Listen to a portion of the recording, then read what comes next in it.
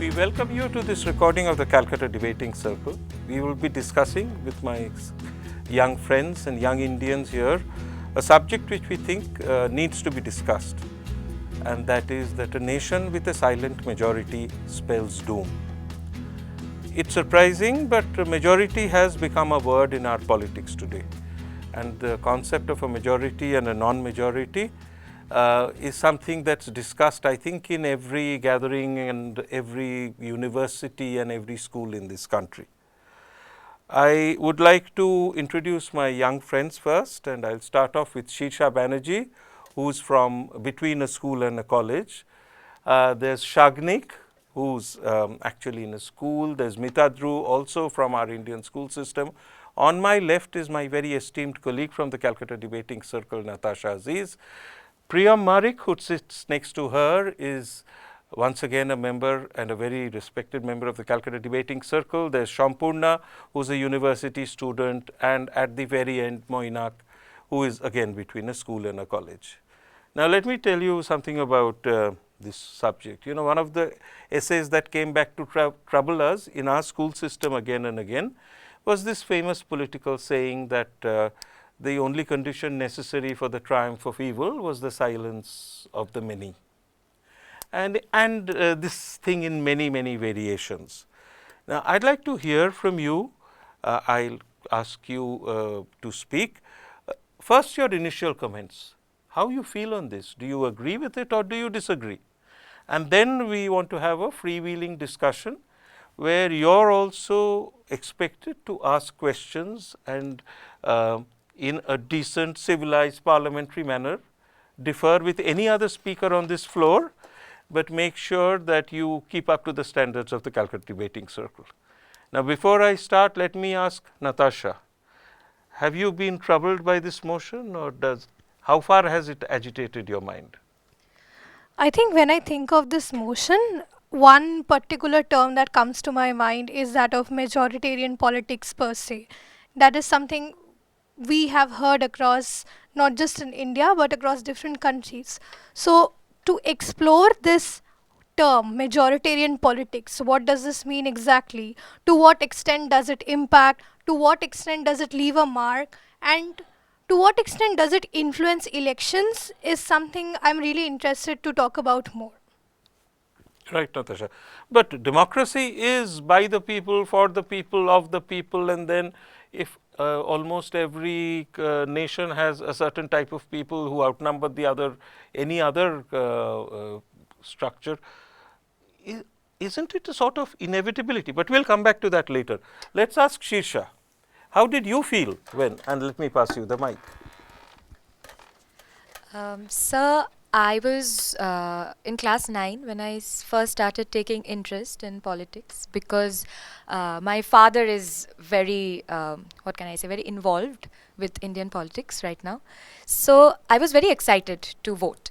And this is the year that I will be first getting my right to vote. But unfortunately, I won't be able to because my voter ID card hasn't been made yet. But when I first got the motion, what struck me, the word that struck me was not silence, but majority. And I felt that it is not it is not silence that spells doom. It is the majority. And a nation whose majority, whether the majority should be given a right to speak on matters, should be given the right to express their opinions on a matter, depends on how, I won't say educated, I would say sensible, on how sensible the majority is. So, So you're putting a qualitative filter on yes, the sir. behavior and the Yes. rights and the Exactly, sir. how the majority is allowed to. So, Priyam, let's get to you and ask you how you feel. I think when I look at the motion, what strikes me is how do we define this majority? One basic way to do it is to look at demographics, look at population, look at religion, look at caste. But for me in India, particularly in the political context that I have seen growing up, for me the majority in India when it comes to politics has been defined by indifference and apathy. People who claim to be apolitical, people who feel their political participation is simply going to the booths every 5 years or every 3 years whenever elections are happening at the state or central level and just casting their vote. What they do not realize is that democracy is not just about elections, although increasingly it appears to be that way, whether in India or in several other so called democracies. I think when I look at the silence of the majority, I try to ask myself, what is this majority silent about? Is it silent about their political allegiance? Not so much. I think a lot of us informally, formally go out there and claim our allegiance. Now, with the data around the electoral bonds being released, we now realize that a lot of people have multiple allegiances. But for me, the silence is about everything else, about institutional independence, about lack of media freedom, about where our political dialogue is heading, about where we see the future of our country, not just politically but culturally. I think that is where the silence of the majority can actually spell doom, whether it be in terms of national development, whether it be in terms of humanitarian development, or just the formation of a national consciousness. Right. Mitadru, do you agree? But first, I want to hear your initial thoughts on this. Right, absolutely. So I would like to define what I mean, or what is the technical definition of the phrase silenced majority. It was first actually used by President Nixon during the Vietnam War. So silenced majority is any unspecified group of people who, as Priyam mentioned, believe that their only responsibility under a democracy is going to the voting booth every 5 or 6 years and then just casting their vote without properly researching, without taking interest in politics, without being a part of the rallies or the processions or the meetings, or without simply even reading the manifestos of which parties are they voting for. And I take a lot of offense to this one particular term which Priyam used, which is apolitical. I believe in a country like India, which is the largest democracy of the world, or as it is called so, apolitical is not an option. It is not a choice. Just like educating till a basic level is compulsory, I believe being politically active, and I don't mean political activism like always having some sort of going against the government or against some sort of authoritarian body, but simple political awareness about where the country is going is very important. Thus, if there is a majority which is silenced, which is not politically aware, it does lead to doom, because people are simply voting for the wrong person. More often than not, they're voting for Nota, which is not a particular political leader, but worse comes worse, they vote for the wrong person. And again, that brings me to my final point, which is, in a democracy, if we do vote for the wrong person, it defeats the entire purpose of democracy. Because as you said, sir, democracy should be for the people, by the people, of the people. And thus I believe that yes, a nation with silenced majority does spell doom. Thank you. Right. So, Shampurna, let's hear your thoughts. So, as he mentioned about everything, I agree with Priyam. One thing which I would like to mention over here is majority, as into the definition of it. We have often dignified majority to be on the basis of religion. But on a deeper context, which we see, it actually brings out deeply racial context. But if we see the topmost person or the topmost strata, everything comes down to the economical level, and the majority comes down to the lower class and the middle class people who are deprived of their resources. So if they are silenced, or if they don't have a saying to what is actually happening in the nation, it will actually lead to erosion of democracy for me right now, seeing the current situation, whichever is going on. And facing the religious majority, I guess they are silenced because of their repetitive statements, which the provocative or outrageous politicians which are getting into them is like, you are at danger, without being the fact that they are in the majority, and it does not stand with whatever is going on, and it does not collide at all towards the new nation whichever is building onto. Maybe I'll ask you later which of these two paradigms is primary in your mind, the economic divide and the pressure of what is happening on the business and economic front, or the political or identity politics that is practiced. So, Shagnik, what Yes, about you? so thank you. I would like to build up on what my previous speaker said, that a country's primary majority comprises of the people from the middle class, because a country's boon or doom depends on these people. And although politicians are using the term majority to their context and purposes, it's very unfair to the people who are not aware of that. But I would also like to object to some of the previous statements that have been made, that majority means people who don't know about it, who are illiterate.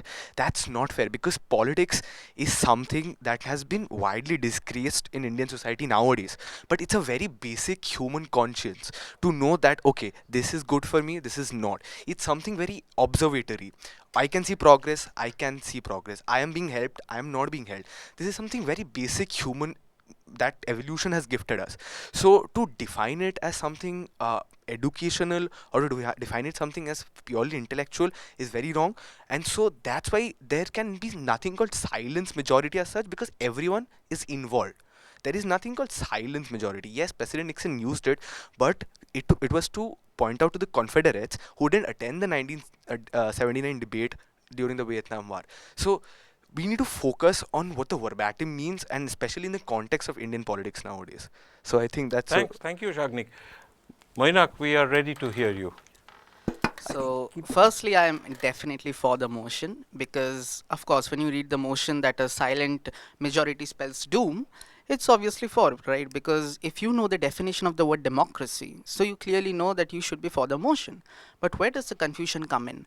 The confusion come in when we create a divide, between what is democracy intended to be and what a democracy is going on to be in the present times, right?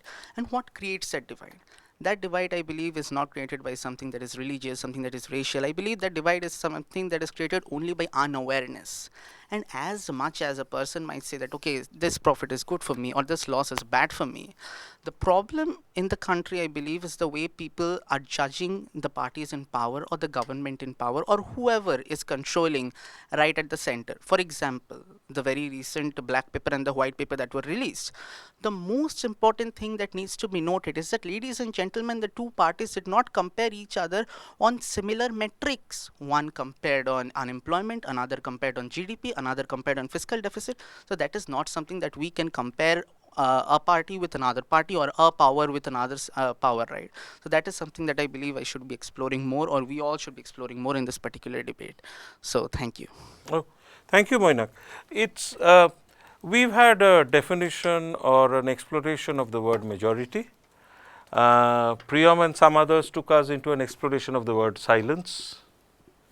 We have not yet reached doom, which is always a good thing, and I'm sure it's something that we all wish to avoid unless it's on our own terms. So, the point about, if you ask me, it's not the majority, it's what are the standards of behavior and public power that is to be practiced by any group. When I was a child, I'm not, of course, you know, we all tend to sort of sugarcoat our childhood and tell you that it was a paradise and you young people are inheriting a difficult and terrible world. Even if that may be so, when I was a child, I was always taught that one of the prime responsibilities, if you are the majority, is to make sure that society is fair and opportune and open to those who are not in the majority. Because if you don't look after them, who will? So, Natasha, do you think that still prevails?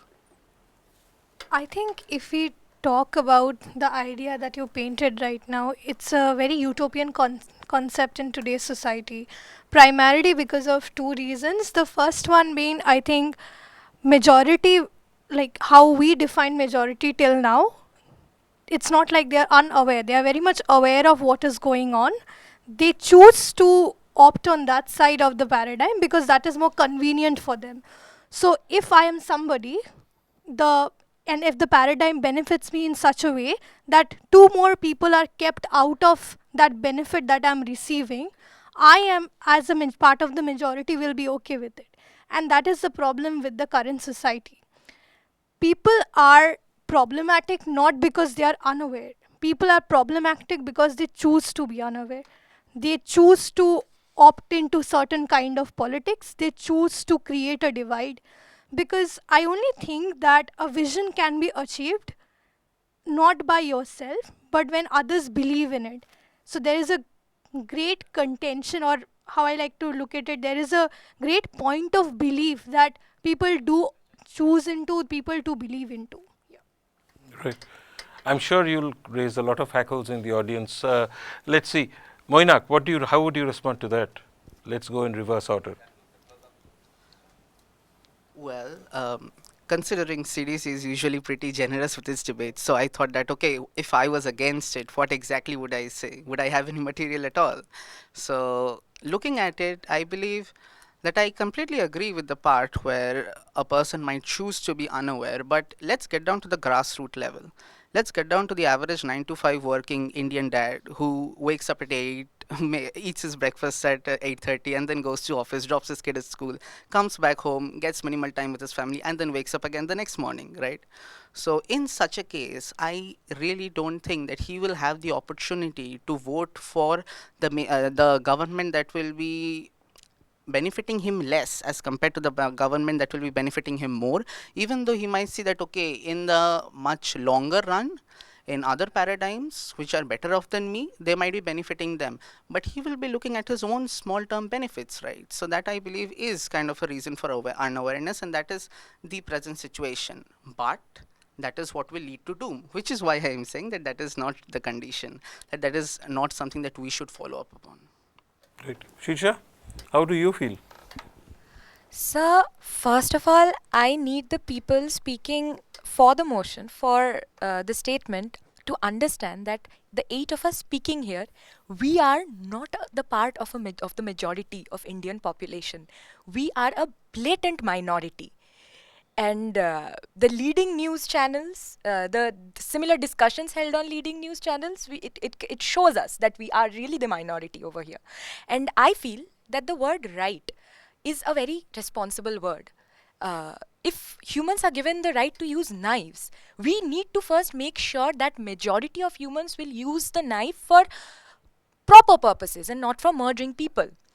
And similarly, the people who are enjoying democratic rights should ensure that they are wise enough to distinguish between good and evil, desires and necessities.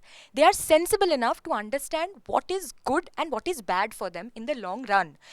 If the majority of people are happy with the facade of short-term benefits, attracted to the bait of Onudan, I don't think them not keeping silent will lead to the welfare of the society, sir. Right. I'm quite surprised that much of our discussion seems to be gravitating around to economic issues and subsidies and anyway, because that's music for my ears given my professional background. But you know, Tagore in the 1920s visited Japan and visited Germany and so many of these nations, and the nation state was the in thing in the first half of the 20th century. And he wrote a series of essays highlighting the fact that nationalism has certain terrible aspects also, and perhaps compassion and humanism. So, to go back to that era of the 20th century and Tagore's writings, I somehow find them quite relevant in today's time, because you know, if you have a big nation and a big government, and then the majority takes over that big government, all of government's economic and political and legal policies seem to be going down one distinct path rather than exploring all the others. Now, let's ask Shagnik. Yes. Well, I was having a chat with some of the members on the panel here right before this recording started, and thank God I didn't wear this Punjabi of a different color today. Otherwise, they would have attributed me to be a part of a silent majority as well. But moving on, I think that we need to follow up on certain things, like, and we haven't even started the definition or attributed the causes of doom or how do we define doom, but we have already started talking about knives and death and economy, and mostly controversial words to be used in the same statement. But here's how it goes, right? imagine the Kapil Sharma show, and say Kapil Sharma show gets cancelled suddenly because of something Kapil Sharma or one of his hilarious colleagues said. Do you really think Achan, the judge or the audience, who are most likely to be paid and fake laugh there? By the way, I would love that job. Who are most likely to be paid to sit there and laugh? Do you think they have anything to do with the doom of the show? I don't think so. So the silent majority, who is actually silenced, will have nothing to do with the doom of of the nation, right? They don't have the first hand factor to play. Yes, we can blame the government because that's something we love to do, right? Blame the people who are controlling us and binding us to rules. So I think that's something we need to really focus on. So you've left us with a puzzle, right? You are not blaming whoever is in power, and you're not even taking the blame on yourself. I'll come back to you on this. You won't get away with this. Absolutely. Huh? Priyam, what do you think about how the majority behaves, and who's to take responsibility for things that's happening?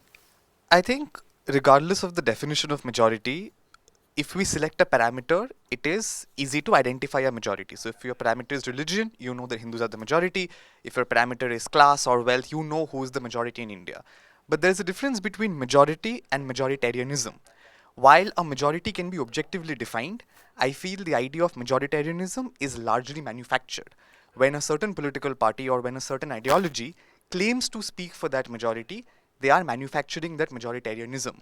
So, in claiming to speak for the majority and in exercising the majoritarianism, they are actually typecasting that majority.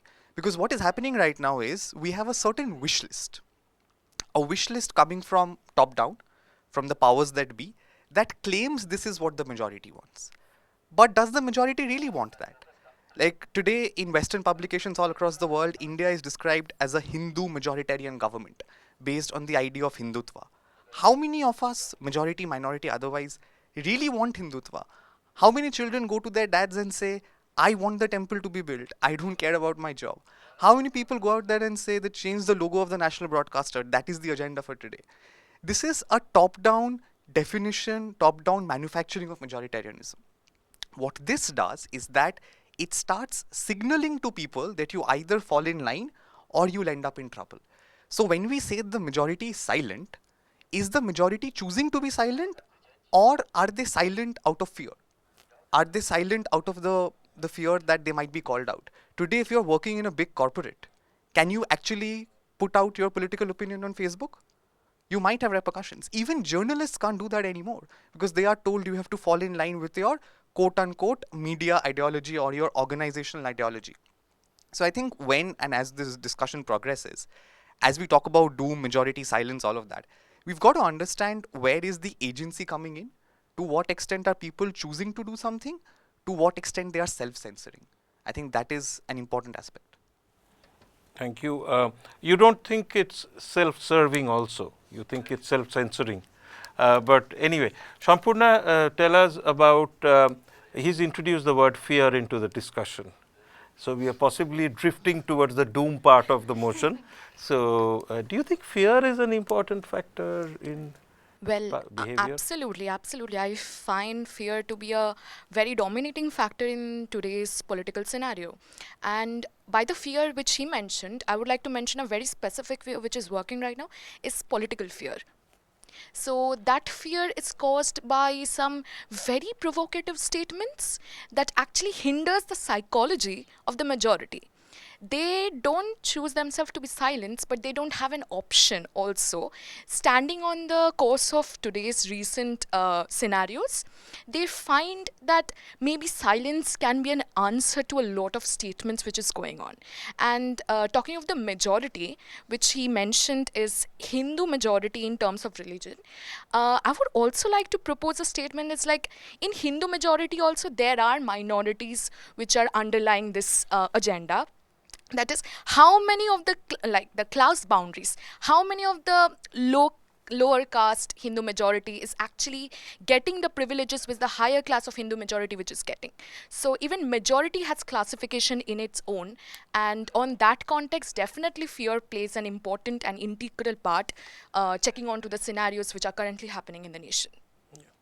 Well, what really puzzles me at my age is, in a country as diverse as ours, how simple it is to actually create fear only one class or identity in society to create fear. And I would have not thought it possible in a nation as diverse as us. I mean, McCarthyism in the USA was something, because that's a certain clear singular identity that was at play. I would have never thought it would be possible in India, but well, one lives and learns. Yeah, Priyam, you want to say something? Yes, we'd love to hear you. Yes, I think one point I want to make is, for a very long time, political analysts have said that because of the diversity of India, which you rightly mentioned, any political party or any agency, body that speaks on the behalf of the majority will have to tilt to the political center. Like, any extremes will get weeded out because there is just so much of diversity and so much of, variety and all of that. But now, over the last 10 years, we have seen that is no longer true. You don't actually have to play by the conventional political rulebook. You can expand the Overton window, you can bring in radicalism, you can bring in fundamentalism, you can bring in communalism and make that mainstream. And I think a lot of it also has to do with the way political communication is disseminated. The rise of social media, the fact that today the Prime Minister does not feel important to give a press conference. Whether or not he should is a different matter.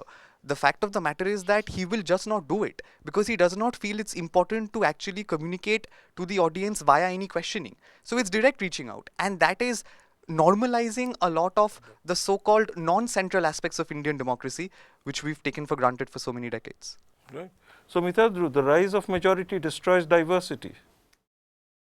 I think I would like to go a little back in this discussion, back to what Natasha said about minority.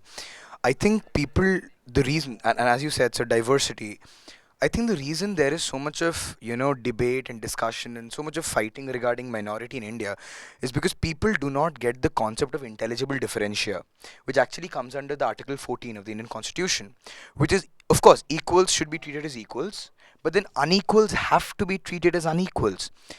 Very simple example. In my school, during the PT period, the first 10 minutes would be wasted in arranging students in a line. Right.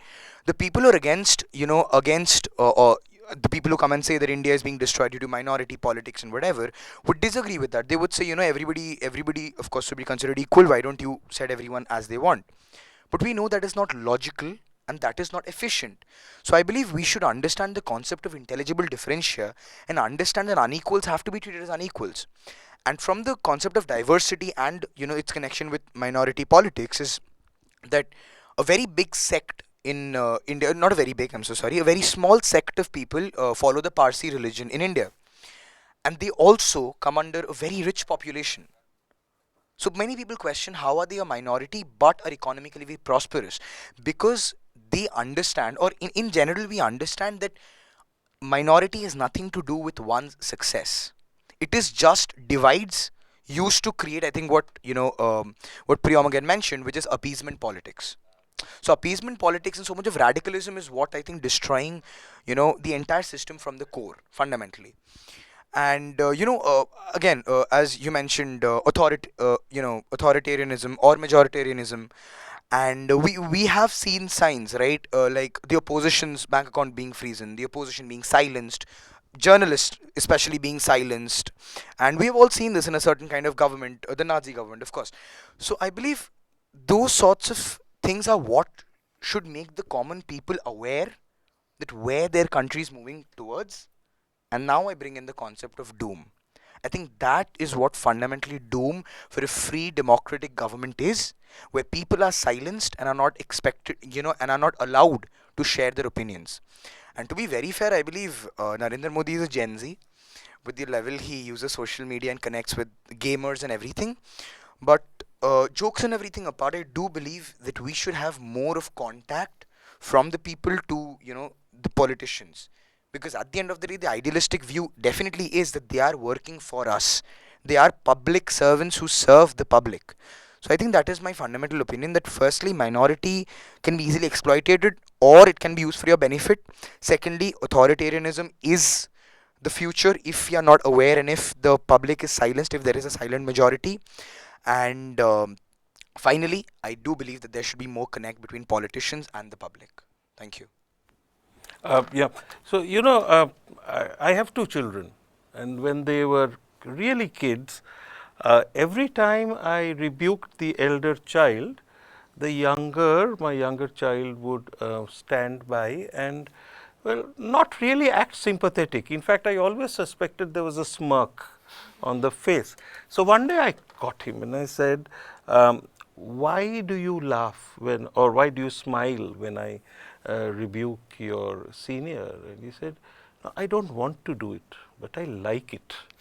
You know, sometimes, this behavior reminds me occasionally of the way when I see a member of any class or ethnicity actually saying that I know what's happening is bad, somehow I have a sneaking feeling I like it, so I'm going to be silent and actually smirk silently and not protest. I really hope that will never happen in this country. Moinak, tell us, what do you think about fear and doom and how that plays out? So, firstly, I'll begin by saying that my first GK lesson in class 3 started with me learning that India was the largest democracy in the world. Maybe you need to speak up a little. Alright. So, my first lesson in class 3 in the GK period started with learning that India is the biggest democracy in the world. And that created a position in my mind where I thought that democracy was one of our biggest identities. So, in the context of the motion, I believe the doom that is being referred to would rather be a threat to democracy rather than other aspects. And how exactly would we define a threat to democracy? We would define it by a threat to free opinions, a threat to free publicity, a threat to the way that people speak and the way that journalists can express their opinions, exactly the threats that were mentioned before. So I believe at the rate that the current opposition parties are being held behind their backs, they have their hands tied behind their backs, they basically don't have any option in order to go ahead and promote their own brand or speak of their own parties, and are basically left down in the ground. So there's just one option in front of us. So that does not exactly spell the word democracy out to me, and I believe the fear factor is very much into play in the modern world. Right. Natasha, you want to say something? It's very interesting, because what you're saying is that it's the internal sinews of democracy that will be replaced by a completely new. So I will not have arteries and veins and capillaries circulating blood, but a completely new fiber optic cables, for example, circulating whatever little intelligence may be circulated among various parts of my body. So you're actually saying that you would call it a doom only if democracy is replaced by, if we see a possibility of democracy being replaced by another system of government. Is that what you were saying, like a presidential system or a system where everything is controlled by administrators and by nominated individuals rather than elected individuals? Was that the doom that you were referring to? It's partly the doom that I was aiming for, because it not only suggests a change from the modern system, but the fact that a common person who is selling cars on the road, right? It's kind of scary how the common man won't have a say in the government that is supposed to serve him. Yeah. So I believe that's a scary concept. Yeah. So Natasha, over to you. It's interesting because we've seen this recent report, like 2/3 of Indians favoring authoritarianism, saying that they not only wanted a strong leader, but somebody who would be in authority and would not be challenged for a certain period of time because he would make this country great. And as if that was the way of doing it. Maybe, I don't know. In my world, when I grew up, that wasn't the way. So, Natasha, you think authoritarianism is a good thing? Most Indians think that way. Yeah, if I think of it, like what I wanted to initially talk about is when he mentioned the doom, I think one of the greatest threats, or like doom if we call it, would be a threat to the constitution itself, right?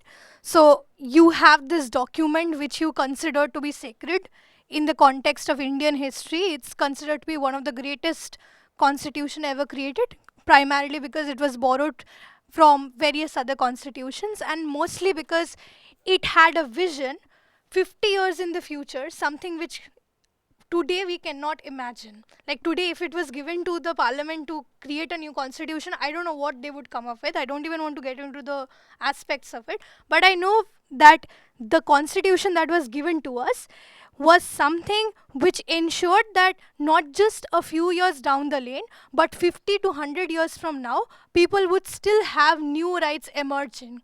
So essentially, if you look at like rights like the Article 14, Article 21, you will constantly see the Supreme Court analyzing those rights. They want to give more like life to those rights to begin with. They want to create new rights out of it. And I think that is a very essential part of democracy, right? Now you speak of authoritarianism. So you can understand that authoritarianism and the Constitution of India, they cannot go hand in hand, because the very preamble is something which looks looks down upon authoritarianism. So yeah, we will have to have a new system in place, a new constitution in place, and that essentially would mean that all the rights that we know as an individual, our so precious universal adult franchise, and our precious like right to life, equality, all of that will be taken away from us, and we wouldn't have constitutional remedies to that as well. Who knows, there might not be any Supreme Court, so where will I go and practice? So We've come to a stage in the discussion where Natasha has raised the issue of the Constitution and how the Supreme Court is creating new rights and new laws, and a dissenting voice which says that the implementation of whatever is written down is far from perfect. We'll take a break at this point and ask you to watch the second segment of this recording, where I will start with younger students like Shagnik to understand how he interprets the state of law enforcement and legality in this country. Thank you.